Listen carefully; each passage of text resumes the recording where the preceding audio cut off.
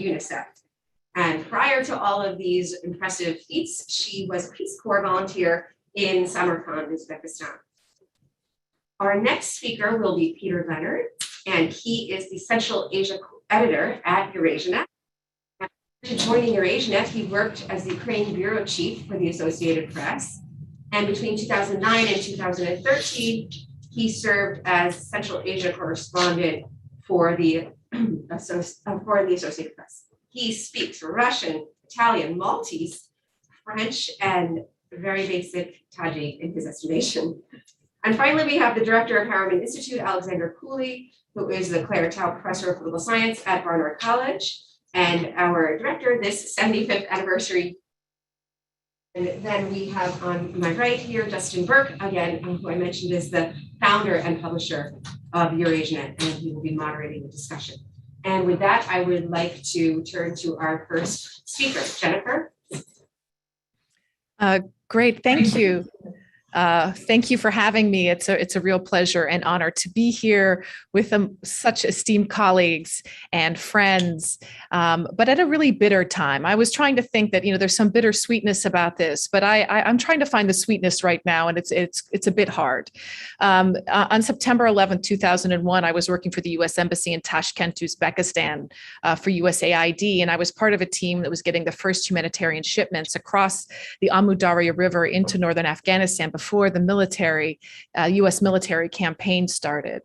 And we had such hopes. I remember standing at the Amu Darya River at that Friendship Bridge and looking at sort of the darkness in Afghanistan, and over the course of several months began to see lights and lights of hopes and glimmers of hope about the future. And it's sort of amazing 20 years later to see how this all played out. And so trying to make sense of what's happened in Afghanistan is not very easy, and trying to make sense of what's happened in terms of the regional implications for Russia and Central Asia is even more of a challenge. And I've been asked to speak sort of about the internal dynamics inside of Afghanistan and sort of the effects of that on the immediate region. And we have such great experts on the region. I'm going to focus primarily on the internal dynamics and sort of go out from there. But many of us have been trying to understand why the Afghan state collapsed. And I've seen so much commentary in the media about the army, about the logistics, about right sizing the national security forces. Yes, that certainly played a role into all of this. But I think something that we have all forgotten is the critical role legitimacy plays. What was the state doing? Who believed in it? Who liked it? And why were people fighting? And the legitimacy of the Afghan state has been an enormous question over the past 20 years, but it was particularly acute over the past 5 or 6 years, particularly under President Ashraf Ghani. And despite this, I think many Afghans have been asking over the past 5 or 6 years, with the growing illegitimacy of the state, why wasn't the United States, who had such incredible leverage over that government, doing more to move things in a better direction?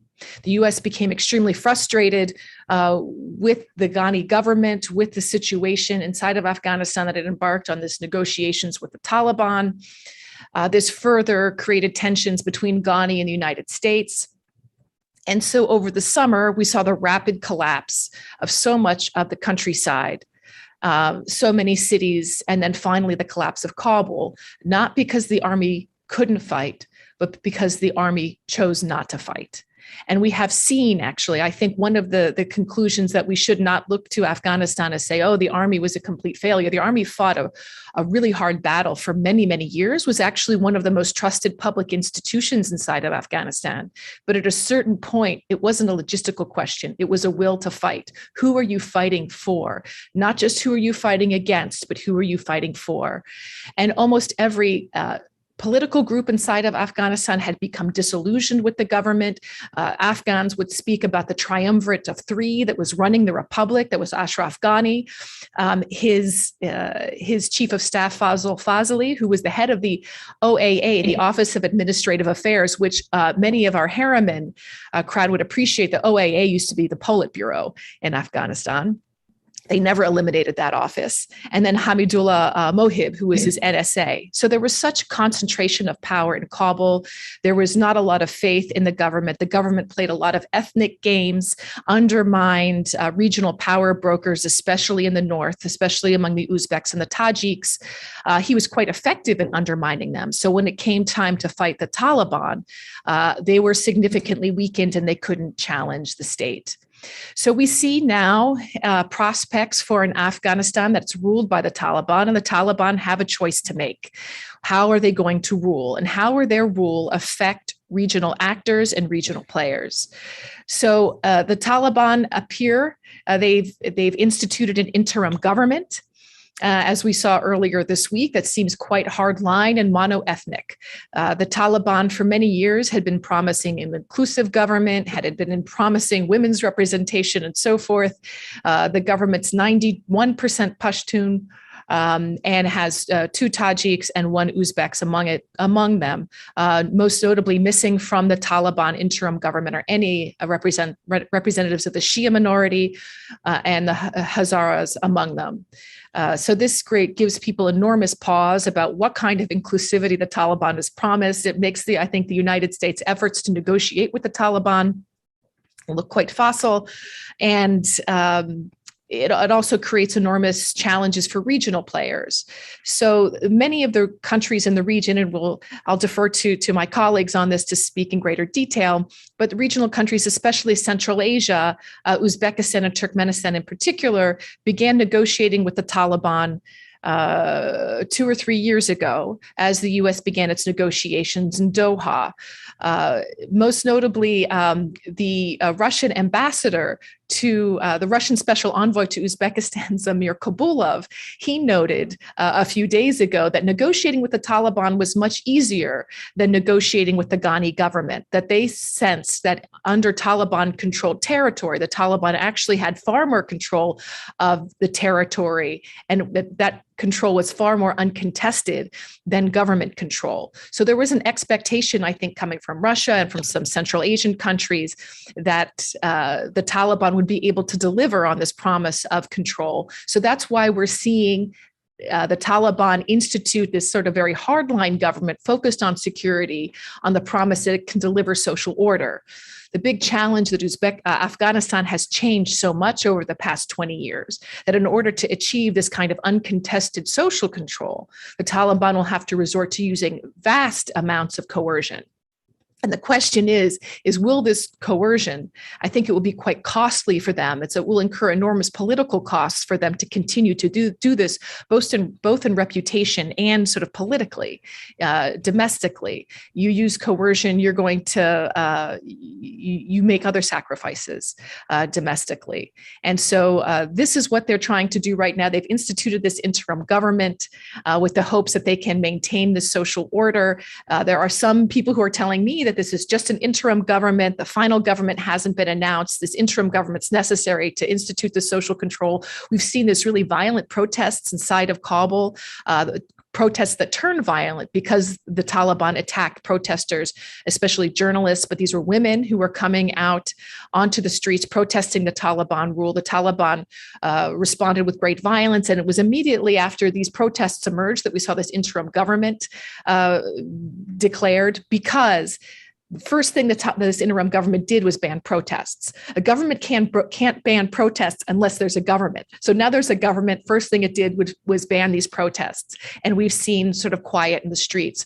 But the regional actors, I think, we're hoping for some gain inside of Afghanistan if the Afghan government, if the Taliban could deliver on this issue of social control. These are all landlocked countries. And they depend on one another. And so the insecurity that we have seen inside of Afghanistan really presents enormous threats to neighbors. And so as we have seen, so I'll just leave my comments with one final observation, is that we've seen Ahmed Massoud and the Tajik opposition, the Northern Alliance opposition to the Afghan state slowly wither away. We've seen that final defeat. The government of Tajikistan has allied itself with Ahmed Massoud and Amrullah Saleh, the former vice president, who many people believe is in Dushanbe or in Tajikistan right now. This group has been significantly weakened. And if you are an ethnic minority living in northern Afghanistan, you have a choice. Do you go with this insurgency that seems to have weakened? Do you side with the Taliban, who've just instituted a government that's 91% Pashtun? Or you have another option that has been increasingly prevalent in the north, and that is ISIS. And I think that is something that we don't want to exaggerate the claims of ISIS or their ability to cause trouble, but internally, domestically, this now becomes an option for many inside of the country who are disillusioned with the current state of the government, things that they were promised, the state of the opposition, and and that I think is a real fear that many regional countries have. What will be the growth of ISIS in Afghanistan and in particular the north? So I will leave things there. Thank you. Now we'll turn to Peter Leonard. Yes, hi. So bearing in mind the time constraints, I've decided to read my talk, so I hope it doesn't come off too much like a man reading off a piece of paper. But I'd like to thank you very much for your invitation, and it is indeed an esteemed kind of honor to be speaking alongside such good guests and good friends indeed. So I'll just start off with some factoids. Uzbekistan and Tajikistan, the two countries I want to speak about today, both border Afghanistan, but whereas one has a very short border, the other has a very long border. Uzbekistan's border with Afghanistan is a mere 144 kilometers, about 90 miles, and there's only one way to cross from one country to the other, and that's across the famed Friendship Bridge. Famed because that's the one you always see in pictures of Soviet soldiers retreating. And the countries are separated by the Amudarya River, which is several hundred meters broad at its widest point. Uzbekistan's standing army counts, by some estimates, about 50,000 soldiers, but then once you factor in the paramilitaries of various other government forces like the Interior Ministry and the National Guard, you can pretty much up that number by about 20,000 at the very least. So this is a big army and well equipped and well resourced. Tajikistan's border, on the other hand, is much longer, 1,300 kilometers, and there are about 5 official border crossings of various type. But in reality, anybody truly determined to take the risk of crossing illegally, for instance, could probably do so with relative ease, and not that I've tried. Long stretches of the road marking the border are breathtakingly bad, which obviously makes the task of policing it very difficult. And in fact, the US has donated quite generously over the years to the Tajik government to help overcome this problem. They've given them tons of flatbed Toyota trucks, although the coolest, I think, cars they've ever given them were 22 Polaris Razors, and I don't know, you may have there's a very kind of Mad Max looking kind of car, and I think they gave them about $300,000 worth of those in 2010, I want to say. Their army, however, in contrast with Uzbekistan's, is much smaller. So you have about 8,800 troops in the standing army, by some estimates, plus another 7,500 paramilitaries. I mean, just so you know, they had a military parade a few days ago to mark the 30th anniversary of independence, and the president's office claimed at the time that they had 15,000 troops at that parade alone, which rather begs the question as to who was guarding the border. But anyway, I mean, quick parenthetical note. I mean, the numbers do invariably vary a great deal. I mean, it was in July that we were told that Tajikistan was holding its largest ever military readiness drill. And at that time, they gave us the number of 100,000 servicemen and 130,000 reserve troops taking part, which are kind of, in my opinion, pretty crazy numbers for any number of reasons. And even if they were even kind of vaguely accurate, it's probably only by counting conscripts, most of whom probably don't even have guns, or if they have guns, they don't have bullets to put in them. But the ace up Tajikistan's defensive posture is the Russians. So the Tajikistan is a member of the Collective Security Treaty Organization, which is kind of the Moscow-led version of NATO. Uzbekistan isn't a member of that group. They joined in '94 and then pulled out, and then rejoined again in the 2000s, and then pulled out again. Anyway, it's a whole soap opera. So Tajikistan hosts this base called the 201st military base, which has in turn another 5,000, as far as we know, though it probably has increased more recently, 5,000 Russian troops and a lot of machinery. We're talking about hundreds of tanks and various armored vehicles, multiple rocket launcher systems, drones, helicopters, that sort of thing. And even possibly, although it's not certain whether it's stationed there now, some kind of even more powerful stuff. Like in 2017, they conducted a test for this it's kind of a short-range ballistic missile system called the Iskander-M, and this thing can fire rockets anywhere up to 130 kilometers with what they described at the time as jeweler-like precision. However,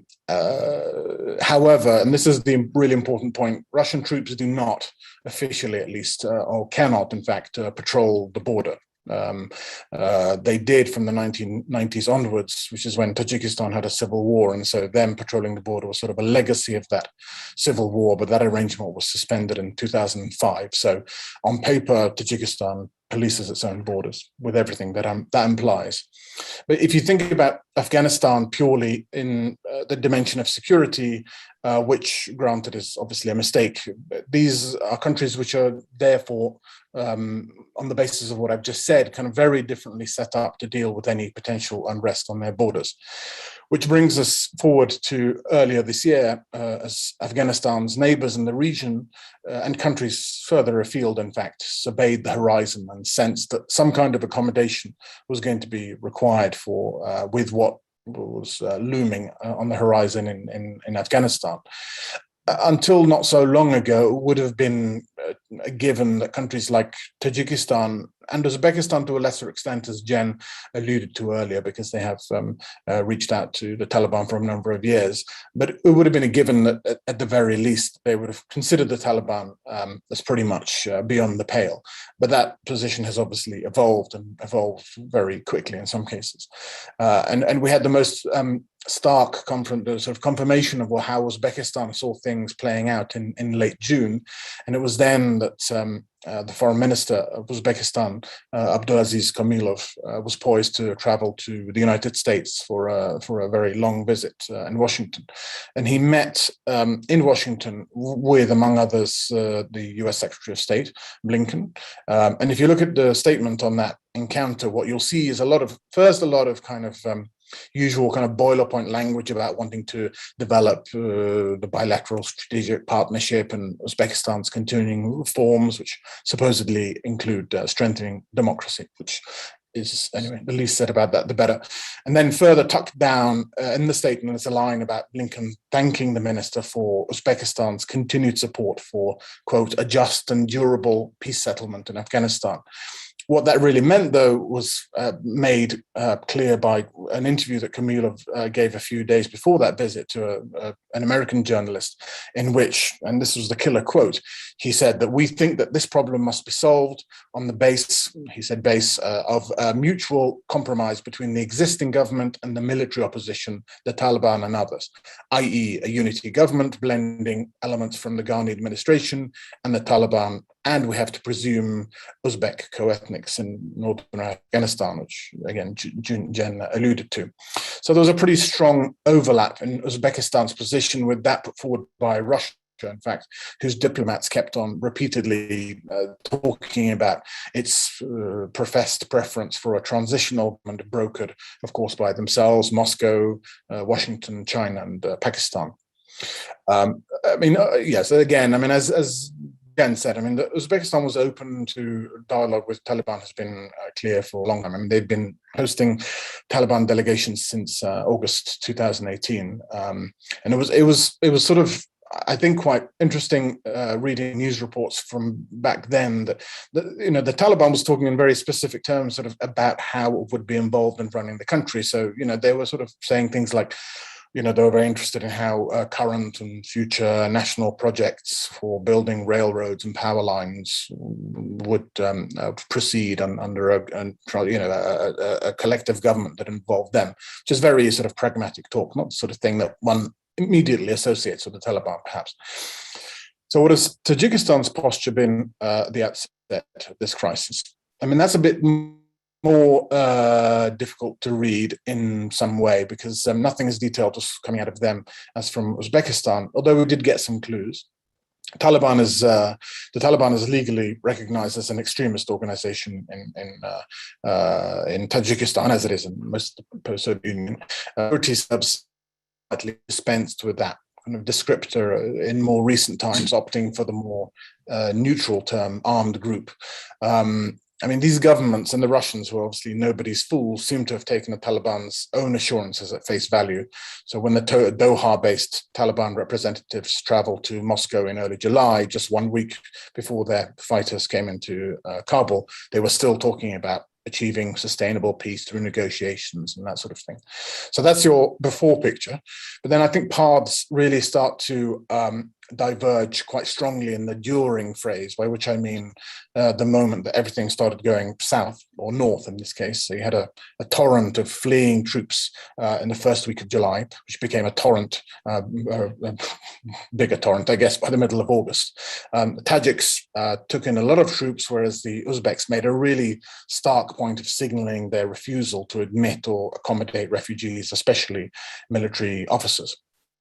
So I'm just rushing to the conclusion here, but the last statement that we've heard from Uzbekistan has been to stake out its position in regards to the interim government, where they very cautiously welcomed the establishment of an interim government. This is a little bit short of a full recognition, but it is clearly kind of a precursor to that.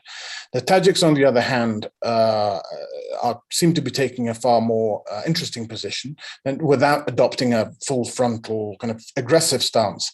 They have, in the person of the president, talked about how the new Afghan government should reflect the ethnic composition of the country, which President Rahman of Tajikistan claimed 46% of the Afghan population was ethnic Tajik, and therefore that should be reflected in the government.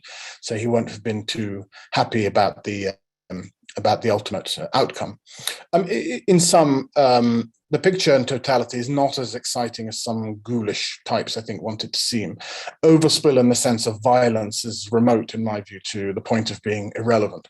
Regional governments are, I think, they're more immediately faced with the challenge of refining their strategic postures for a possible, if not necessarily the most probable, doomsday scenario, which is a troubled, unstable basket case Afghanistan that forecloses for the foreseeable future visions of economic integration with South Asia, of trade flowing north and south in vast quantities, and of Central Asia pulling itself a little bit further out of isolation. So Central Asia, the neighbors of Afghanistan to the north, may be in for a tough time, but perhaps just not the one that we tend to imagine. Thank you. Now we'll hear from Alexander Cooley. Hey everyone, it's great to be on the panel with Jen and Pete. Thank you to Eurasianet for co-sponsoring. It's really a time of reflection. I thought I would kind of emphasize the kind of 20-year anniversary before and after picture, drawing a little bit on a piece I read for Foreign Affairs when discussing the Russian sort of perspective on this. And I want to pay particular attention to the interplay between Russia's broader international policy and foreign policy orientations, and then there are kinds of the regional dynamics that feed into this. And and how they try and square what for some might appear to be kind of contradictory pressures. So I think it bears repeating that the world in 9/11 was very different. The world order in 9/11 was very different. It was Vladimir Putin who was the first world leader that called George W. Bush up, offered support and assistance, talked about we have a common civilizational struggle. The question about US air bases, whether Putin allowed them, some people say yes, he did, and he went over the wishes of his general staff. Other people said he had no choice, so he had to go along with it. But regardless, his public statements on US bases in Central Asia in fall 2001 rather, were very supportive. And in fact, at the ranch, when asked about, aren't you concerned that the Americans are going to create a sphere of influence by basing, back then they thought it was Uzbekistan and Tajikistan, not Kyrgyzstan as it turned out to be. Putin said, no, I'm more concerned about militants from the Caucasus coming up. That's my concern. So he acknowledged this issue. So as the US set up shop in Uzbekistan, in Karshi-Khanabad, and then in Bishkek, Manas, there was a sense amongst the Russian foreign policy establishment that Russia could be the important regional partner in this effort, right? Russia could mediate relations half of the US and the Central Asian countries, could be an important player in this kind of move for Russian prestige. It could establish itself as an important partner to the West in this sort of effort, and also provide some intelligence as well as some of its experiences. So a lot of things happened between fall 2001 and 2003, but the general story is the US-Russian relationship deteriorated, in part because of this kind of very aggressive, go it alone posture that Bush administration was taking, not only in the global war on terror, but withdrawing from the ABM treaty, the run-up to war in Iraq, all of these sort of kind of signal we don't really need partners, and they just went ahead and partnered with the Central Asian security service and militaries anyway, right, without consulting with the Russians. And so you saw US security assistance in the region, assistance in general sort of spike up, and Uzbekistan was a special country of note there. So all this to say that Putin's vision of being kind of the right-hand man, right, of the US, or at least a respected coalition partner, did not materialize. The discourse on what the bases meant shifts in 2003. There's a notable shift here. Best unpublished paper ever by Jay Lyle is on this, by the way, where he charts a change in the rhetoric from Russian officials, the CSDO officials, to be one of partnership to one of perceiving the bases as a threat. So, not to get too much into it, at that point, Russia starts to poke around. It views itself as in a competitive relationship with the US in Central Asia. It takes great glee in the Uzbeks kicking the US out.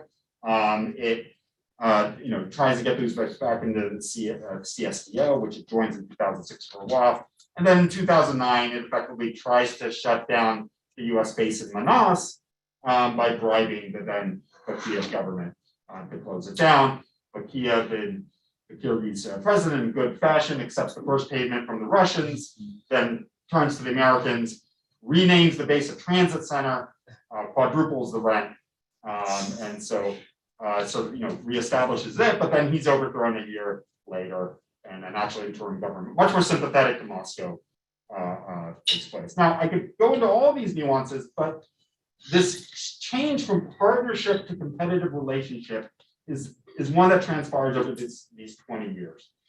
Now, let's fast forward a little bit. So, on the one hand, and Putin, mentioned this too recently, there is this kind of broad sense amongst the Russians, like, you see, US withdrawal from Afghanistan, its intervention in Afghanistan, is emblematic of everything we've been talking about in terms of US-led world order. It's reckless, it's destructive, it leaves power vacuums, just like Libya, just like Syria. The Americans come in, they break stuff, they leave us a mess. Thanks a lot. And so the difference now is, though, that there has been a positioning by the Russians that they think they can actually deal with this, right? Maybe it's overly optimistic, maybe it's completely unfounded, but there is a sense that there is a kind of a fabric, an ordering fabric in the region to be able to cope. China's the big part here. I don't have time to, to get into that, but maybe we can do so in the Q&A.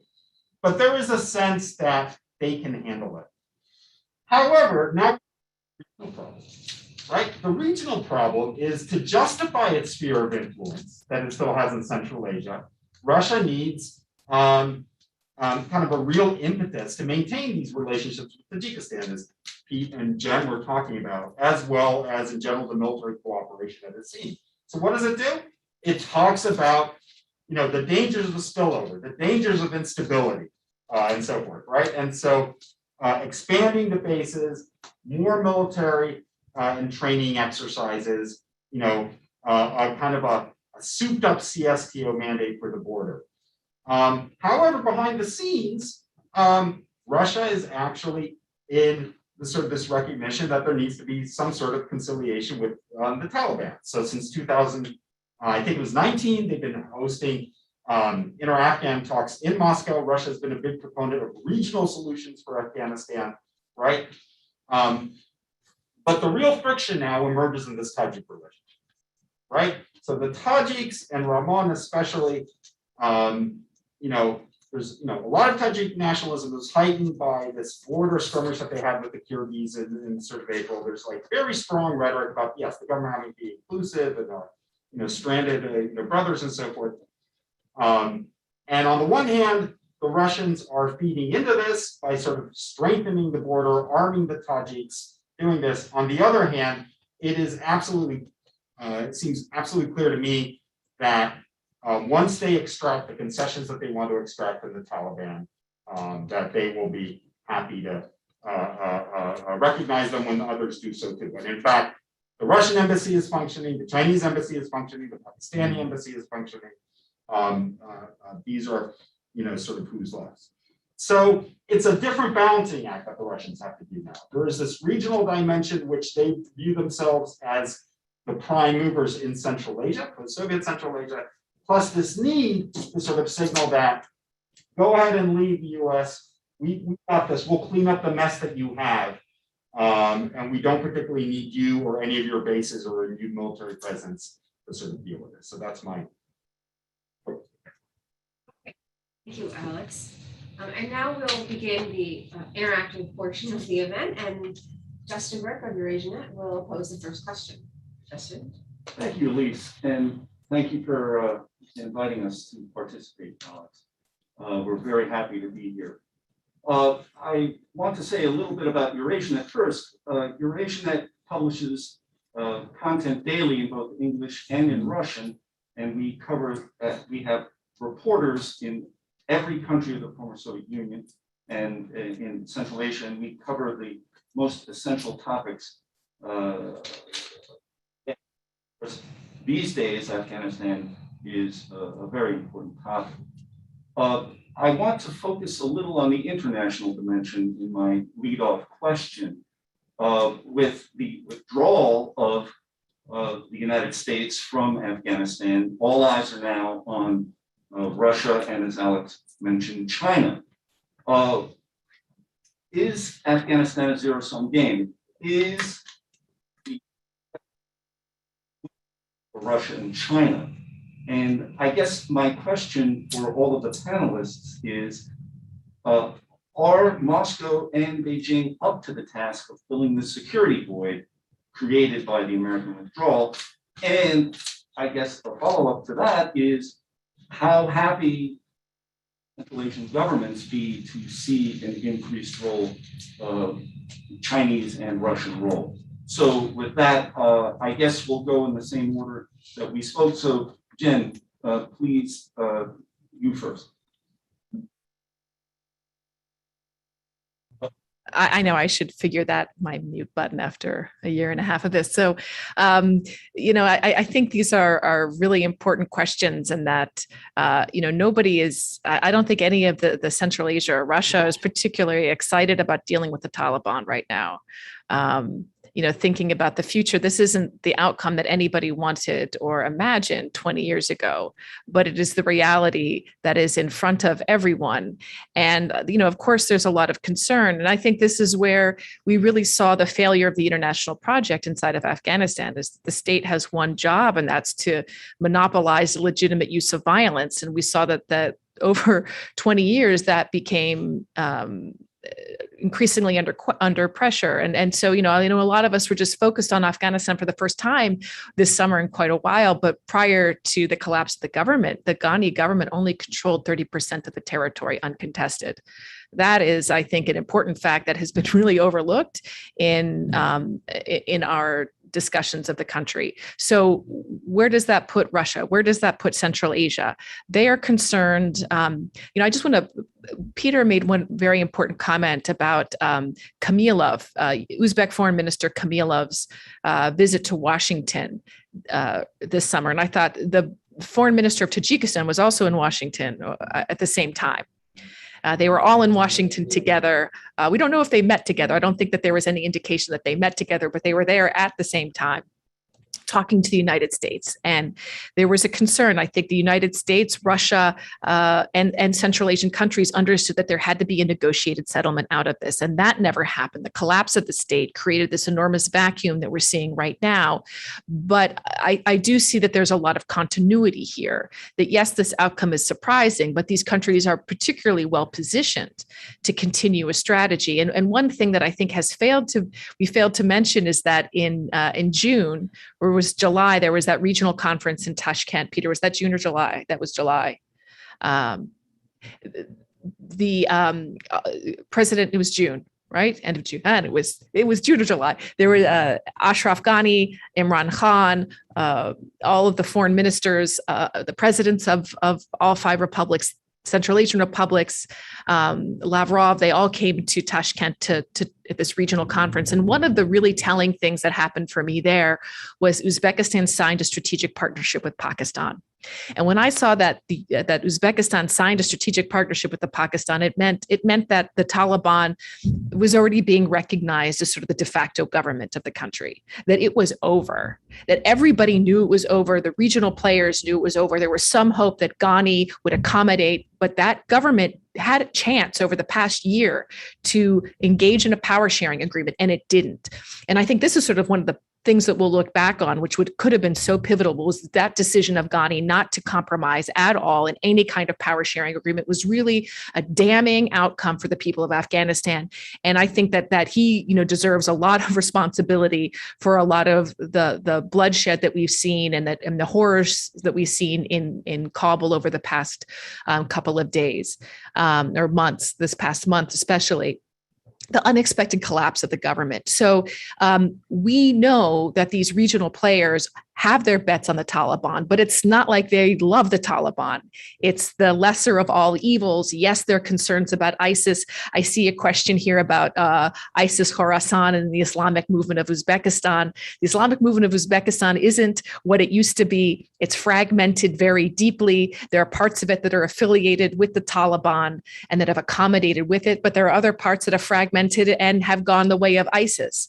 And we don't want to exaggerate the terrorist threat to Central Asia that comes from Afghanistan. But I think we have to pay particular attention to the growing civil unrest that is going to happen inside of Afghanistan, the role ISIS will play in this, and then the appeal of ISIS to others in the region. I think that is something that Russia cares about. I think that is something that Central Asia cares about. And we don't have to look too far to understand what that might look like. That is Syria. That is Iraq, right? And we don't want to exaggerate the threat, but the example is there. And now this opportunity isn't far away. It's right in their backyard. Thank you, Jim. Peter. I mean, I'd say what I detect among at least the two countries that one of the two countries I spoke about today, Uzbekistan, is that I don't sense this kind of nervousness or apprehensiveness. I mean, I don't think that they're necessarily overly concerned about certainly not overly concerned about the broader geostrategic stuff. I mean, I don't think they necessarily sweat that stuff too much. I mean, I think they've sort of emerged as a very cool, pragmatic actor, and that they expected a mediated outcome, I think, but they got another one, and they acted again very coolly and very seamlessly transitioned to accommodation. I think full recognition will come because before the Taliban government will come, because they feel the inevitability of that. I think what the thing that they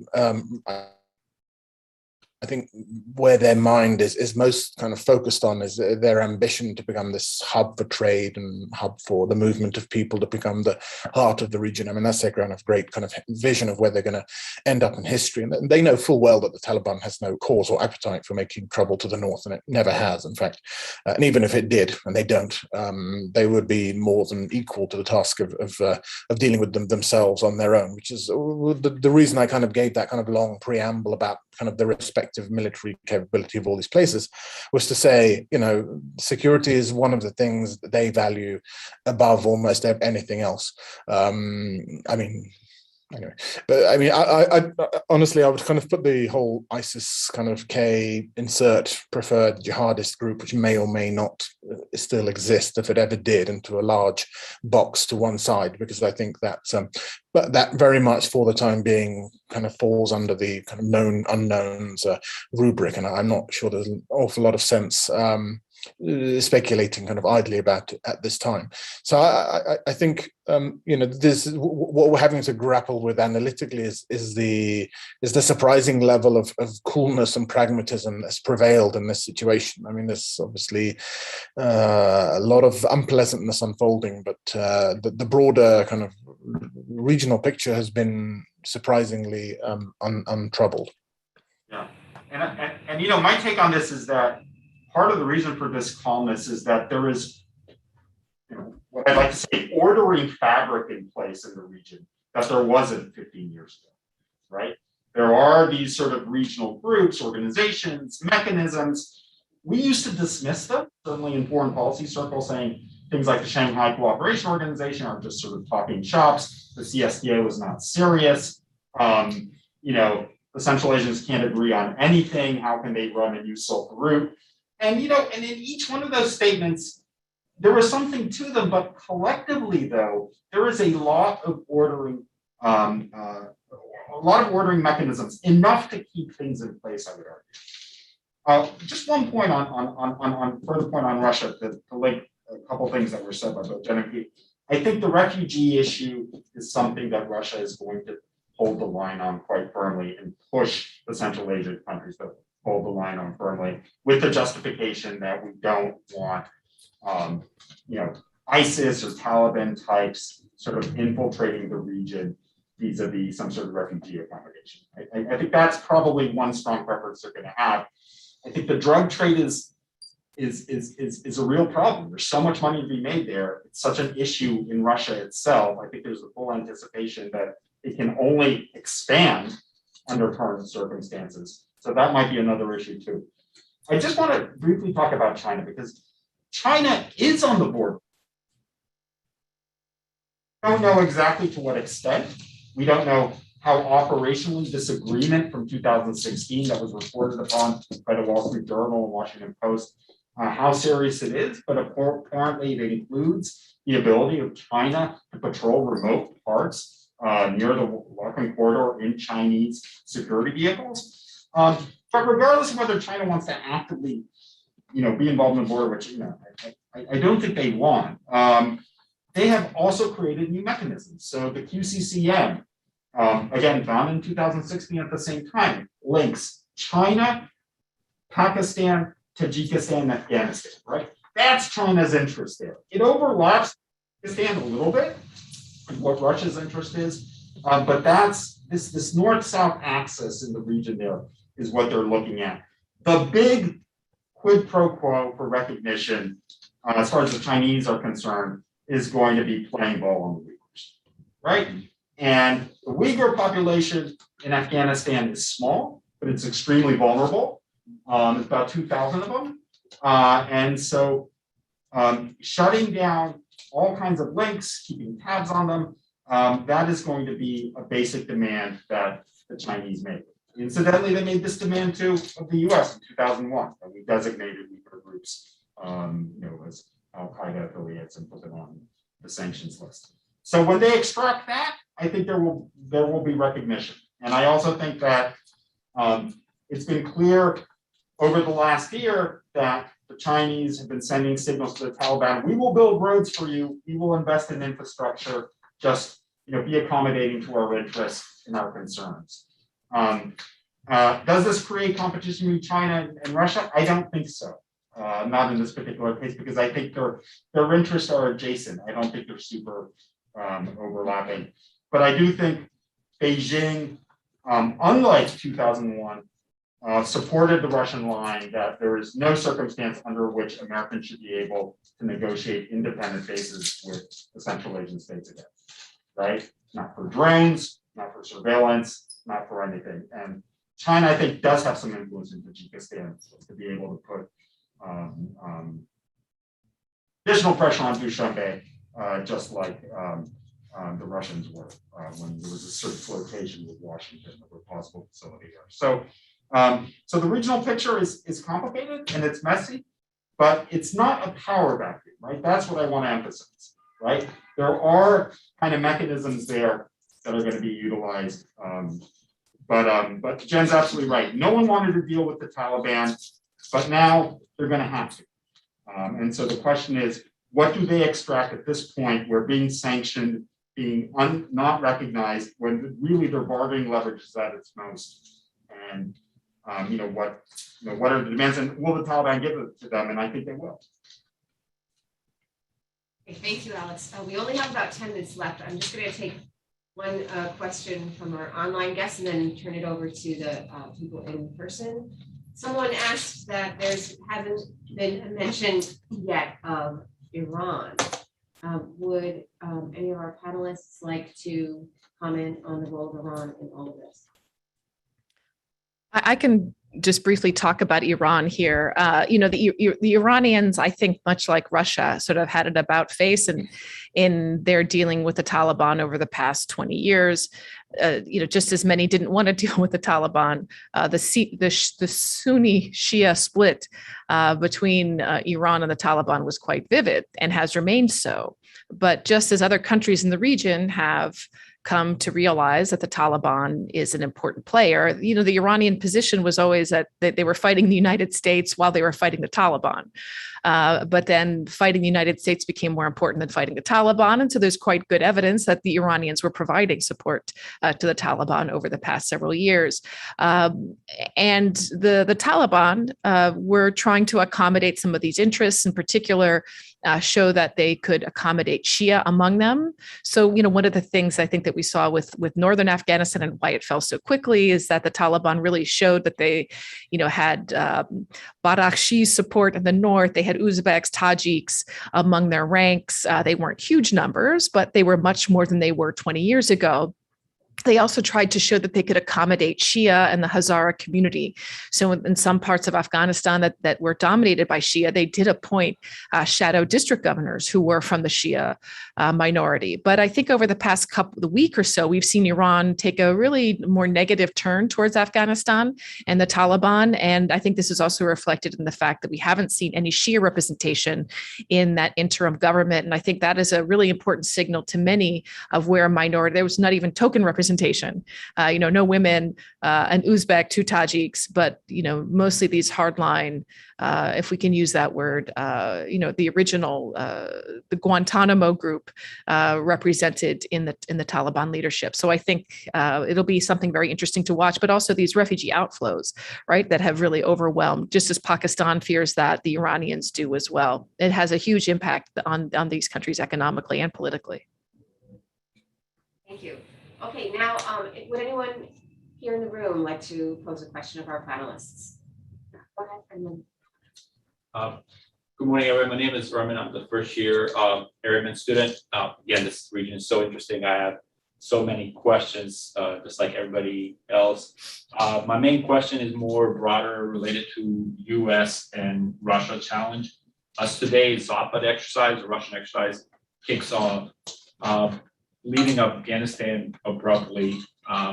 What does that mean for the US deterrence from Kiev to the Balkans, all over, right, when it compares to Russia? Will Russia feel more the US deterrence, especially on their doorstep?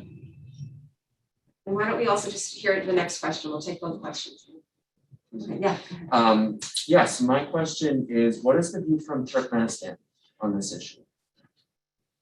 And one final question, really quickly.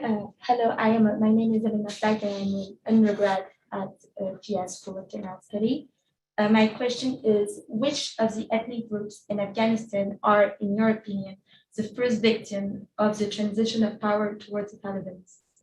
Thank you. Alex, if you want to take the first I'll question. take the first one. I'll defer on Turkmenistan. Look, this is a big debate right now. There is, a set of two camps making their arguments. On the one hand, that this has irreparably harmed U.S. credibility, it's damaged its commitments to allies, and so forth, especially in these transatlantic partnerships. I would point out that we've had analogies to this in the past, where especially the most vocal kind of transatlantic allies got jittery about U.S. commitments, especially in the Obama times with the planned pivot to Asia. Then the Ukraine crisis happened, and then Obama reluctantly, because Obama wasn't a great transatlanticist, had to double down and signal his support. But the distinction there was, are you in NATO or are you not? Ukraine was not in NATO, right? But Poland, the Baltic states, all these places where you secured a rotational American presence were in the club.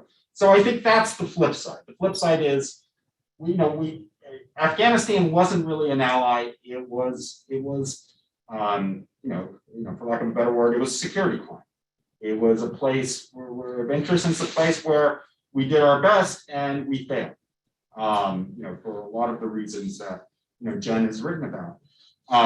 But to extrapolate that then has meaning for Japan, South Korea, the European theater, is really mixing the type of commitments that were there. But having said that, there are factions in both Asia and in Europe who are extremely nervous, and also extremely nervous about Chinese signals about Taiwan that have come out of this as well. So I'm skillfully avoiding answering your question, but I'm laying out what the views are. Okay, and would our panelists like to take one of the other two questions?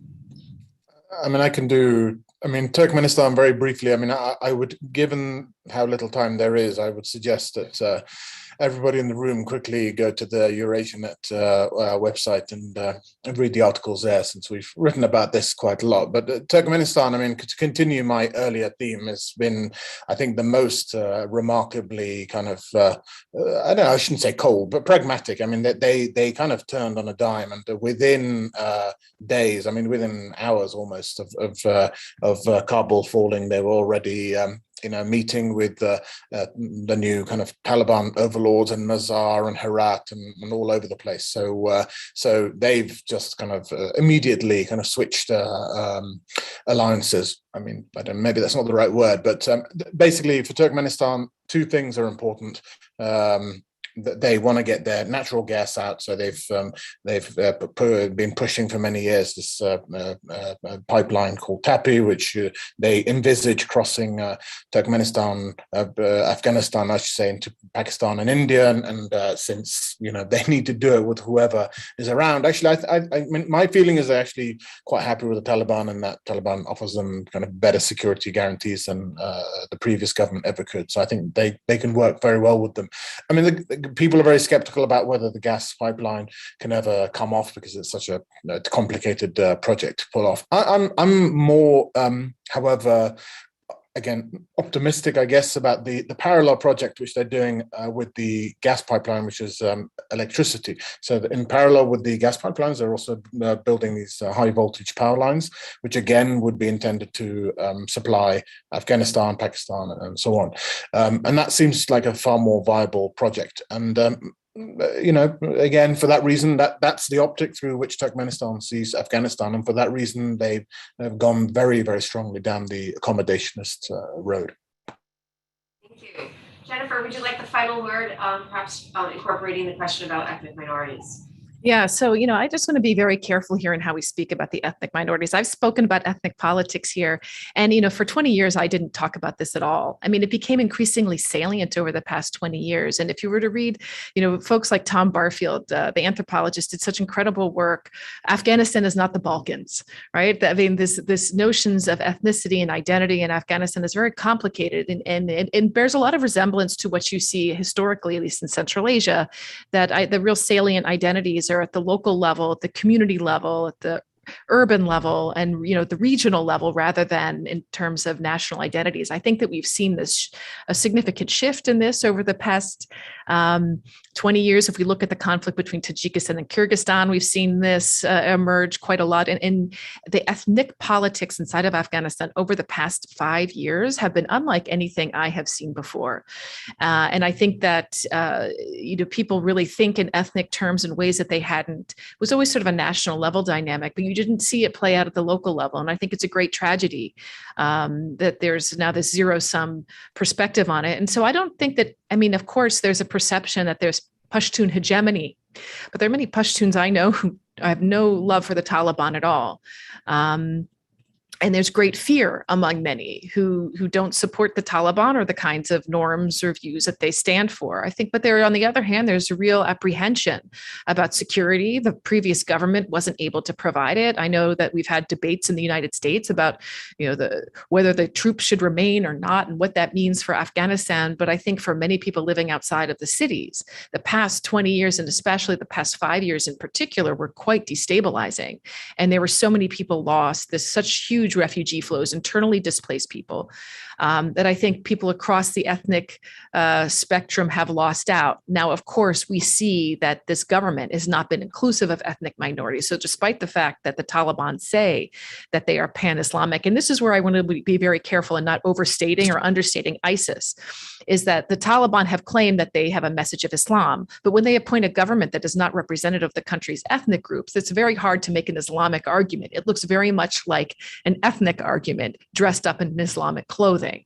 And this is where, when you see the failure of the Northern Alliance groups to mobilize and effectively fight, what becomes your alternative? And this is what I'm hearing increasingly from Afghan analysts, is this is the appeal of ISIS in places like the North, where there's no longer an appeal of Northern Alliance groups, where they've not seen to be very effective in fighting the Taliban. And if we see the Taliban through this ethnic lens, then ISIS becomes much more attractive as a pan-Islamic movement, right? And so we don't want to exaggerate this fantasy of this for Central Asians as well, but we should also be very crystal clear that Tajiks, for example, have come down from Central Asia and taken over districts inside of Afghanistan and participated in this. These are not large numbers of people, but this message does become increasingly attractive to people who have experienced injustice. We don't know the causes of extremism and violent, radical, violent extremism, but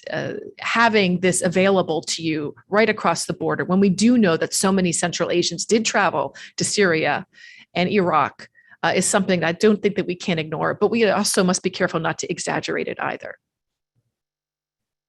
On that sobering note, we will bring this very interesting event to a close. Thank you, Jennifer. Thank you, Peter.